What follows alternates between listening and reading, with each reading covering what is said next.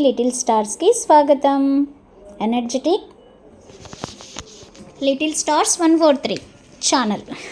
వివాహ బంధాలు కొత్త నవలకి స్వాగతం. ఆడియో నవల ఫుల్ ఎపిసోడ్స్ చూడాలనుకుంటే పక్కనే ఉన్న బెల్ ఐకాన్ని సబ్స్క్రైబ్ చేసుకొని క్లిక్ చేస్తే మీకు న్యూ వీడియోస్ నోటిఫికేషన్స్ కూడా వస్తాయి ఫ్రెండ్స్. వివాహ బంధం కొత్త నవలలోకి వెళ్దామా? మరి వెళ్ళే ముందు మన ఛానల్ మీకు నచ్చినట్టయితే ఎడ్యుకేషన్ ఎనర్జెటిక్ లిటిల్ స్టార్స్ 143 ఛానల్కి సబ్స్క్రైబ్ చేసుకొని లైక్ చేసి పక్కనే ఉన్న బెల్ ఐకాన్ని క్లిక్ చేస్తే మీకు న్యూ వీడియోస్ నోటిఫికేషన్స్ వస్తాయి ఫ్రెండ్స్. వివాహ బంధాలు ఫస్ట్ ఎపిసోడ్లోకి వెళ్దాం. మరి doctor kill me doctor, let me die. నన్ను చనిపోనీయండి, నన్నెందుకు బతికినిచ్చారు డాక్టర్? హృదయ విదారకంగా ఏడుస్తున్న శారద వంక జాలిగా చూసింది డాక్టర్ విజయ. ఆ మాటలను లెక్క చేయనట్టు ఇంజెక్షన్ ఇవ్వడానికి ప్రయత్నిస్తున్నాడు డాక్టర్ శ్రీనాథ్. డాక్టర్ గారు, నన్నెందుకండి బ్రతికిచ్చారు? చచ్చిపోయి అయినా నన్ను సుఖపడనీయండ్రా ప్లీజ్, మీకు పుణ్యం ఉంటుంది. నాకింత విషం ఇయ్యండి, నన్ను చచ్చిపోయి సుఖపడనీయండి. నేనింకా ఈ బతకలేను డాక్టర్ గారు. దీనాతి దీనంగా ఏడుస్తున్న శారదని చూస్తుంటే విజయ కళ్ళు అప్రమత్తంగా చెమర్చాయి. ఓదార్పుగా ఆమె భుజం తట్టి, ముందు నువ్వు కాస్త విశ్రాంతి తీసుకోమ్మా, తర్వాత మాట్లాడుదాం, ఏదో నచ్చజెప్పబోయింది. శారద ఆ మాటలు వినకుండా తల అడ్డంగా ఆడిస్తూ, ఈ విశ్రాంతి నాకొద్దు డాక్టర్, శాశ్వత విశ్రాంతి కావాలి నాకు. బ్రతుకు పోరాటంలో పోరాడి అలసిపోయిన నాకు ఈ చిన్న విశ్రాంతి వద్దు, శాశ్వత విశ్రాంతి కావాలి నాకు. ఆ విశ్రాంతి నాకు దక్కేటట్లు చెయ్యండి, రెండు చేతులు జోడించి ప్రార్థించింది. కన్నీటి చారికలతో ఎర్రబడ్డ మొహంతో మృత్యువుతో పోరాడి అలసిపోయిన ఆ మొహంలో నైరాస్యం, ఆవేదన చూస్తుంటే ఆ అమ్మాయికి వచ్చిన అంత కష్టమేమిటో, పట్టుమని 25 ఏళ్ళు కూడా కాకుండానే బతుకు పట్ల అంత విరక్తి ఎందుకు కలిగిందో, ఆమె బాధ ఏమిటో అడిగి ఆరా తీసి ఓదార్చి ధైర్యం చెప్పాలనిపించింది డాక్టర్ విజయ్కి. కానీ ప్రస్తుత స్థితిలో ఆ అమ్మాయి అంతసేపు మాట్లాడడం మంచిది కాదు. గండం గడిచిపోయింది. ఆ అమ్మాయి కాస్త కోలుకున్నాక నెమ్మదిగా అడగవలసిన ప్రశ్నలవి. విజయ మొహంలో భావం అర్థం చేసుకున్నట్టు శ్రీధర్, మిగతా విషయాలు తర్వాత, ముందు ఆ అమ్మాయికి ఇంజెక్షన్ ఇవ్వాలి. కళ్ళతోనే సంజ్ఞ చేస్తూ ఒక విధంగా బలవంతంగానే గింజుకుంటున్న శారదకి ఇంజెక్షన్ ఇచ్చేశాడు శ్రీధర్. చూడమ్మా, నీకొచ్చిన కష్టం ఏమిటో మాకు తెలియదు, కానీ ప్రతి సమస్యకి ఏదో పరిష్కార మార్గం ఉండకపోదు. ఆ మాత్రం దానికోసం నిండు ప్రాణం తీసుకోవడం అవివేకం. విజయ మృదువుగా ఆమె చెయ్యి విడిచి ఏదో చెప్పబోయింది. అవును డాక్టర్, అందరూ అలాగే కబుర్లు చెబుతారు, నీతులు బోధిస్తారు. పిల్లికి చెలగాటం, ఎలకకి ప్రాణ సంకటం. ఆ బాధ మీకు అర్థం కాదు. ఉక్రోషం, కసి, నిరాశ పెనవేసుకోగా నిస్సహాయంతో కోపం ముంచుకొచ్చి కటువుగా అంది శారద. బాధలు అన్న మాటకి అర్థం నాకు తెలిసినంతగా మరొకరికి తెలియదమ్మా. ప్రతి మనిషి తనొక్కరే ప్రపంచంలో బాధలన్నీ పడుతున్నామనుకుంటారు. అదోలా నవ్వింది విజయ. వద్దు డాక్టర్ గారు, ఈ మాటలన్నీ నాకు చెప్పకండి. ఓర్పు, శాంతం, ఈ మాటలన్నీ విని విసిగిపోయాను. నన్ను అలాగే చావనీయకుండా బ్రతికించారు. నా కర్మానికి నన్ను వదిలి వెళ్ళండి. నా ఏడుపు నన్ను ఏడవనీయండి. విరక్తిగాని శారద కళ్ళు మూసుకుంది. విజయ శ్రీధర్ వంక చూసింది. విజయ, ఆ అమ్మాయిని పడుకోనియ్యి, మనం తర్వాత మాట్లాడుదాం. ఇంజెక్షన్ ఇచ్చాను, పడుకుంటుంది, లేచాక మాట్లాడవచ్చు అన్నాడు శ్రీధర్ విజయ డాక్టర్తో. విజయ, శ్రీధర్ ఇద్దరు అక్కడి నుంచి నెమ్మదిగా లేచి వెళ్ళారు. ఆ అమ్మాయి పాపం చాలా విరక్తితో, బాధతో ఆత్మహత్యకు పాల్పడిందనిపిస్తుంది. పాపం ఏం జరిగిందో జాలిగా అంది విజయ కన్సల్టింగ్ రూములోకి రాగానే. ఈ వివాహ బంధాలు అలాగే ఉంటాయండి. ఏం జరుగుతుందో, ఈ అమ్మాయిల పరిస్థితి ఎలా ఉంటుందో పడే వాళ్ళకి తెలుస్తుంది, చెప్పే వాళ్ళకి ఏం తెలుస్తుంది. అందరూ మంచి హస్బెండ్, అత్తామామలు, పిల్లలు కలిగి ఉండాలి కదా. ఏదో బాధ, కష్టం లేకపోతే ఎవరు మాత్రం ఊరికే చచ్చిపోవాలనుకుంటారు. శ్రీధర్ ఫ్రిడ్జ్లో నీళ్లు తాగి విజయ్కి ఒక గ్లాస్ అందించాడు. గంట క్రితం అపస్మారక స్థితిలో ఉన్న శారదని ఇరుగు పొరుగు 2-3 మోసుకొచ్చారు నర్సింగ్ హోమ్కి. చామన ఛాయ రంగులో సన్నగా నాజుగ్గా ఉండి చదువు సంస్కారం ఉట్టిపడే వేషంతో ఉన్నది శారద. పట్టుమని 22 ఏళ్ళు కంటే ఉండని ఆ అమ్మాయికి ఆత్మహత్య చేసుకోవాల్సిన కష్టం ఏమి వచ్చిందో విజయ్కి అర్థం కాలేదు. పొరుగింటి ముసలాయన ఇచ్చిన సమాచారం వల్ల శారద భర్తకి ఏదో కంపెనీలో పని, పెళ్ళై ఎన్నర్థమైంది, పిల్లలు లేరు. శారద భర్త నిన్న కంపెనీ పని మీద కలకత్తా వెళ్ళాడు. ఇవాళ మధ్యాహ్నం 3 గంటలకి చాకలివాడు బట్టలు తెచ్చి ఎన్నిసార్లు పిలిచినా తలుపు తీయలేదు శారద. పైన తాళం లేదు, లోపల గడియ వేసి ఉండడం శారద ఎంత పలకకపోవడంతో చాకలివాడికి ఆశ్చర్యం, అనుమానం వేసి పక్క నుంచి వెళ్ళి బెడ్రూమ్ కిటికీలోంచి తొంగి చూశాడు. శారద పక్క మీద పడుకొని ఉంది. కిటికీలోంచి ఎన్నిసార్లు పిలిచినా శారదలో చలనం లేదు. చాకలివాడికి గదిలోంచి ఏదో మందు వాసన కూడా వేసింది. అనుమానం తోచి పక్కింటి ఆయన్ని పిలుచుకువచ్చాడు. గదిలో పరిస్థితి చూడగానే వాళ్ళకి అనుమానం వచ్చింది. ఆ గలాబీకి ఇరుగు పొరుగు మూగారు. అంతా కలిసి వీధి తలుపు బద్దలు కొట్టారు. శారద పక్క మీద తెలివి తప్పిపడి ఉంది. కింద టిక్-20 ఖాళీ సీసా. అందరికీ పరిస్థితి అర్థమైంది. చకచక ఆ వీధిలోనే ఉన్న విజయశ్రీ నర్సింగ్ హోమ్కి మోసుకొచ్చారు. డాక్టర్ శ్రీధర్, విజయ 1 గంట నానా తంటాలు పడి స్టమక్ వాష్ చేసి ఇంజెక్షన్లు ఇచ్చాక శారదలో చలనం కనిపించింది. మరో అరగంట ఆలస్యమైతే ప్రాణం పోయి ఉండేది. తెలివొచ్చి తనున్న స్థితి చూసుకోగానే శారద తన యత్నం విఫలమైనందుకు, నలుగురి నోళ్లల్లో పడిపోయినందుకు సిగ్గుతో, బాధతో తనని తాను మరిచి హిస్టీరియా వచ్చిన దానిలా హృదయ విదారకంగా ఏడ్చింది. అంత చిన్న వయసులో ఉండి ఏ కారణంతో ఇంత ఘాతుకానికి పాల్పడిందో అన్న జాలితో డాక్టర్ విజయ మనసు ద్రవించింది. పొరుగింటి ఆయన వల్ల ఏ సమాచారం రాబట్టలేకపోయింది విజయ.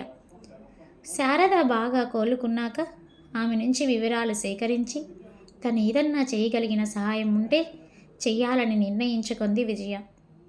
ఏమిటో నీ పిచ్చి గాని, లోకంలో ఎందరో ఇలాంటి వాళ్ళు. జాలిపడినా సహాయం ఎంతమందికి చేయగలం? ఎవరి సమస్యలు వాళ్ళవి. అనవసరంగా నీ బుర్ర పాడు చేసుకుంటావెందుకు చెప్పు? రాత్రి విజయ శారద గురించి పదే పదే విచారిస్తుంటే ఆఖరికి అన్నాడు శ్రీధర్. నీకు తెలియదు శ్రీధర్, ఏ ఆడపిల్లన్నా నిండు 100 ఏళ్ళు జీవితం పరిసమాప్తి చేసుకోవాలనుకుంటే ఆమె మనసు ఎంత కుంగిపోయి ఉంటుందో నీకు అర్థం కాదు. నాకు తెలుసు.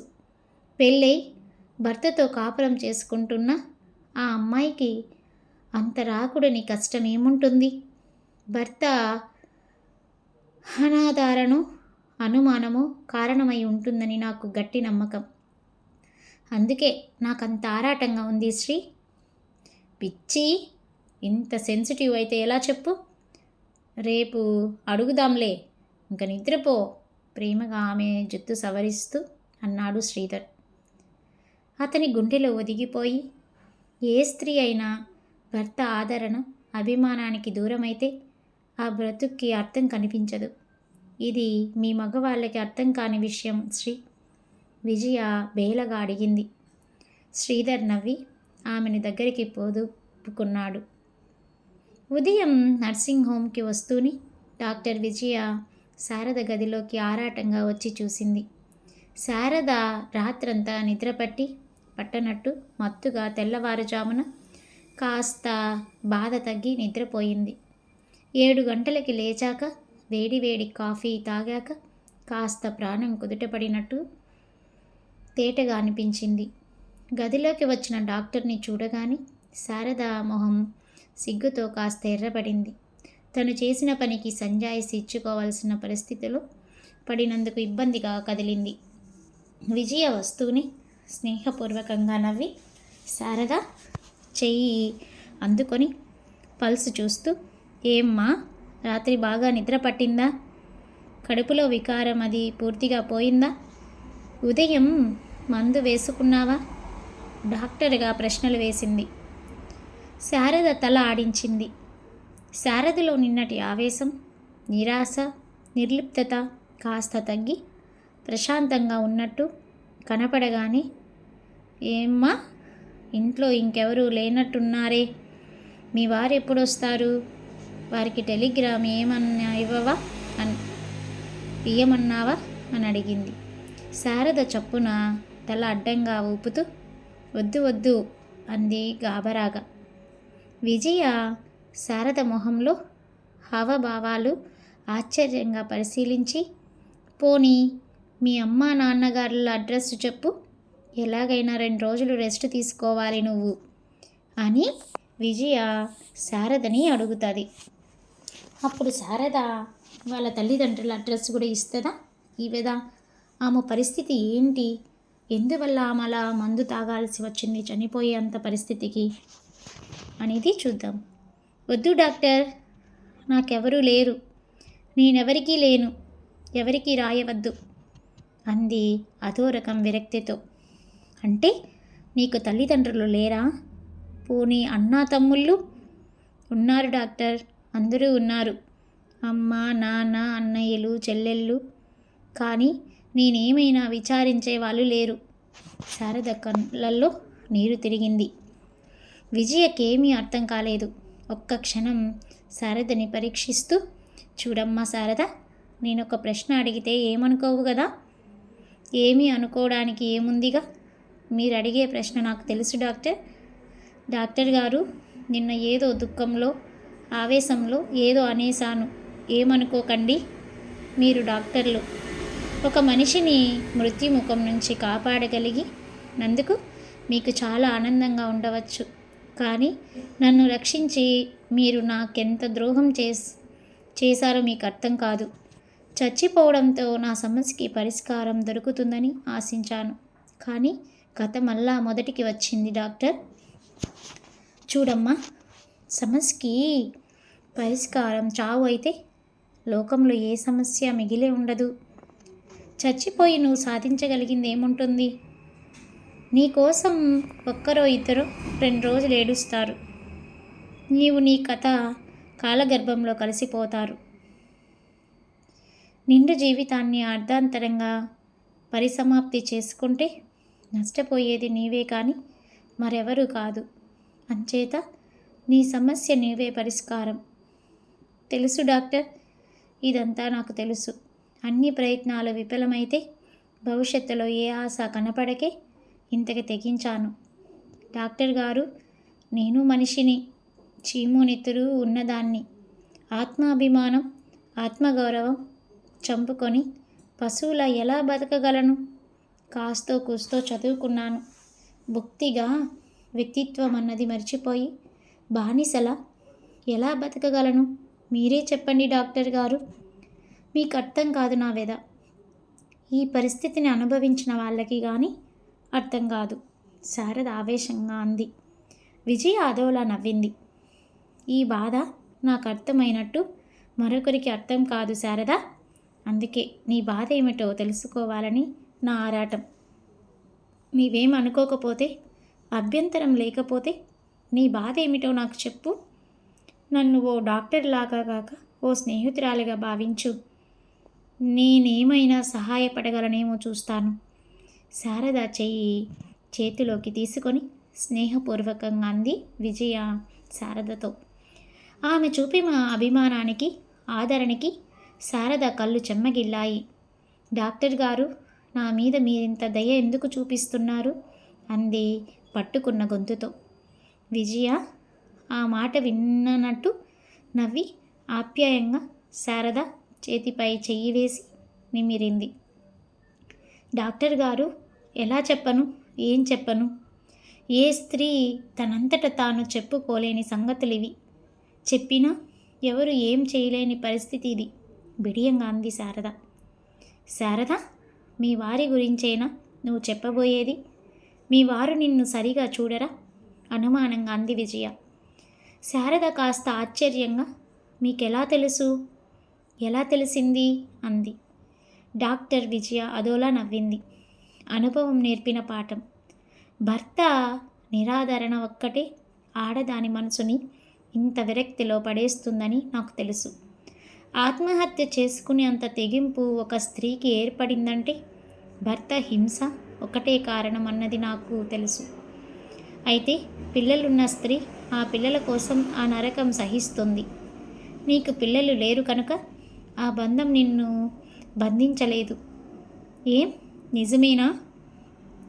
శారద ఆశ్చర్యంగా చూసింది. డాక్టర్ గారు, మీకు అనుభవం అంటున్నారేమిటి? మీ ఇద్దరిని చూస్తుంటే ఎంతో ముచ్చటైన దాంపత్యం అనిపిస్తుంది. డాక్టర్ శ్రీధర్ గారు సంస్కృతుల్ని చూస్తేనే తెలుస్తుంది. అలాంటిది మీరేమిటి ఇలా అంటున్నారు? అనుమానంగా ఉంది. శ్రీధర్ దేవుడు. శ్రీ గురించి కాదు నేను చెప్పేది. మరి? మధ్యలోనే తెల్లపోతూ ఆడింది శారద. నా గురించి తర్వాత, ముందు నీ గురించి చెప్పు. ఒక అరగంట టైం ఉంది, తర్వాత నాకు తీరదు. విజయ తొందర పెట్టింది. శారద ఒక్క నిమిషం మాటల కోసం తడుముకుంది. ఎక్కడి నుంచి చెప్పను, ఎలా మొదలు పెట్టను? శారద గొనిగినట్లంది. నిజమే, జీవితాన్ని కథలా చెప్పడం సులువా? శారద లాంటి మామూలు ఆడపిల్ల ఏం చెప్పగలదు, ఎలా చెప్పగలదు? తను కన్న కలలన్నీ గాలిలో కలిసిపోయాయని, బ్రతుకులో తీపి ఆశ హరించిపోయిందని ఎవరితో ఏమని చెప్పుకోగలదు? విజయ అసహనంగా కదలడం చూసి శారద తనని తాను కూడదీసుకుంటూ, డాక్టర్ గారు, మీరన్నట్టు భర్త నిరాధారణ ఏ స్త్రీ సహించలేదు. కేవలం నిరాధారణకే అయితే ఏదో మనసు చంపుకొని గానిగెద్దులా బతకవచ్చు. కానీ ఆత్మాభిమానాన్ని, ఆత్మగౌరవాన్ని వదులుకొని అవమానాలు సహిస్తూ ఎన్నర్థం బతికాను? ఆయనలో ఏనాటికన్నా మార్పు రాదా అన్న ఆశతో ఈనాటి వరకు ఓపికగా ఎదురు చూశాను. కానీ నా ఆశ వృధా అడియాస అని ఇన్నాళ్ళలో జరిగిన ప్రతి సంఘటన బలపరుస్తుంటే భవిష్యత్తులో ఏ ఆశ కనిపించక ఇంతకి తెగించాను డాక్టర్ అని శారద చెప్తుంది. మరి శారద భర్త ఏం చేశారు, ఎందుకు ఆమెలా చేసుకునింది అనేది శారద మాటల్లో మనం విన్నాం. ఇలాంటి మంచి మంచి వీడియోస్ మీకు కావాలనుకుంటే, మీకు నచ్చితే సబ్స్క్రైబ్ చేసుకొని పక్కనే ఉన్న బెల్ ఐకాన్ని క్లిక్ చేయండి ఫ్రెండ్స్, నాకు కూడా సపోర్టివ్గా ఉంటుంది. మరి శారద డాక్టర్ గారికి ఏం చెప్తుందో వాళ్ళ ఆయన గురించి విందామా? మరి ఆయనకి పెళ్ళి ఇష్టం లేదా? నిన్ను హింసించడానికి కారణం ఏమిటి? విజయ కుతూహలంగా అడిగింది. ఆ కారణం ఏమిటో ఈనాటికి నాకు అర్థం కాదు డాక్టర్. పెళ్లి చూపులకి వచ్చారు, నచ్చిందన్నారు, చేసుకున్నారు. ఎవరూ బలవంత పెట్టినట్టు నేను వినలేదు. నా పట్ల ఆయన ప్రవర్తనకి ఒక కారణం అంటూ ఉన్నట్టు నాకు కనపడలేదు. ఆఖరికి అది ఆయన తత్వం. భర్త అంటే భరించేవాడు. పెండ్లానికి తిండి పెట్టి పోషిస్తున్నప్పుడు ఆ భార్య తన కింద బానిసలా ఉండాలే కానీ ఆమెకో వ్యక్తిత్వం ఉండరాదని ఆయన భావం అని చాలా రోజులకి కానీ అర్థం చేసుకోలేకపోయాను. విచిత్రమే, చదువుకున్నారు, మంచి ఉద్యోగంలో ఉన్నట్టున్నారు. అయినా ఇంత పాత భావాలు ఆయనలో ఉన్నాయంటే, ఈ రోజుల్లోనూ ఇలాంటి పురుషులు ఉన్నారంటే అనుభవించిన వారికి కానీ నమ్మరు. ఆయన ఇలా ప్రవర్తించడానికి ఏదైనా కారణం ఉందేమో కనిపెట్టడానికి ప్రయత్నించావా? ఆయనని మార్చడానికి ఏమైనా ప్రయత్నం చేశావా? అసలు మీ అత్తగారు మామగారు ఉన్నారా? వాళ్ళకి కొడుకు ఇలా ప్రవర్తిస్తున్నాడన్న విషయం తెలుసా? ఒక అమ్మడిగా ప్రశ్నలు కురిపించింది విజయ. అందరికీ తెలుసు డాక్టర్. ప్రతి వాళ్ళు చెప్పే నీతులు ఒకటే. భర్త మనసరిగి మసులుకోవాలి. ఆడదానివి నువ్వే కాస్త సర్దుకోవాలి. ఈ మాత్రం దానికి కాపురాలు వదులుకుంటారా? ఆడదాని బతుకు అరిటాకు లాంటిదమ్మా. మన అదృష్టం అంతేనని సరిపెట్టుకోవాలి తల్లి. భర్తని కాదన్నా ఆడదానికి పుట్టింట్లో కూడా స్థానం ఉండదమ్మా. అంచేత కాస్త చూసి చూడనట్టు సర్దుకోవాలి అమ్మ. డాక్టర్ గారు ఈ నీతి సూక్తులు విని విని విని విసిగిపోయాను. సర్దుకోవడం ఎంతకని, ఎన్నింటికని? ప్రతిరోజు ప్రతిక్షణం ఎదురు తిరిగే ఆత్మాభిమానాన్ని బలవంతంగా ఎన్నాలని అణిచిపెట్టి బ్రతకను. ఆ ఆవేశంతో శారద గొంతు వణికింది. విజయ శారద వంక సానుభూతిగా చూసింది. డాక్టర్ గారు, సరిగా ఎన్నర్థం క్రితం ఆయనతో నా జీవితం ముడిపడింది.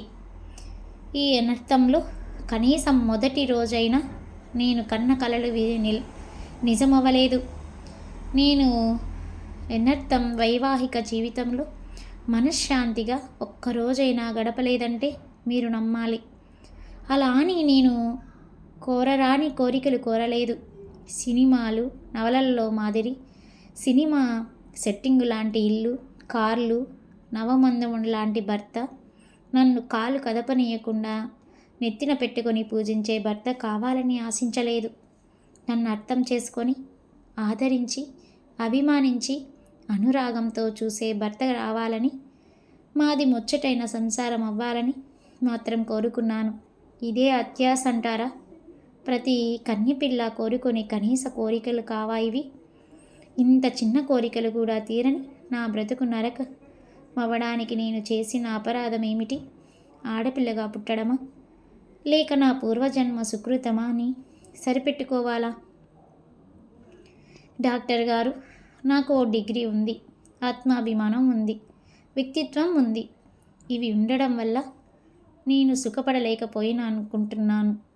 ఇవేవి లేకపోతే నేను ఇది వరకు రోజుల్లో ఆడవాళ్ళ మాదిరి భర్తే దైవం, భర్తకి భార్యని తిట్టే కొట్టే హక్కు ఉంది, భర్త ఏం చేసినా పడుండడం హిందూ స్త్రీ ధర్మం అనుకుంటూ నేను ఓ మనిషినని మరిచి ఆయనకి వల్లప్పగించి ఆయన కొట్టిన నాడు ఇంతే అదృష్టం అనుకొని ఏడ్చి, కొట్టినవాడు సంతోషించి ఆయన పాదాల చెంత ఇంత చోటిచ్చారు అనుకొని సంతోషించి సంతృప్తపడి గానిగిద్దులా బతుకు ఏడ్చేదాన్ని. శారద ఆవేశంగా చెప్పుకుపోతుంది. అసలు మీ మధ్య కలతలు రావడానికి కారణమేమిటి? ఆ వాగ్ధోరిని ఆపి ప్రశ్నించింది విజయ. ఒక్కటేమిటి డాక్టర్ గారు, చూడండి. మా నాన్నగారికి మేము 5 సంతానం. ఆయన బ్యాంక్ మేనేజర్.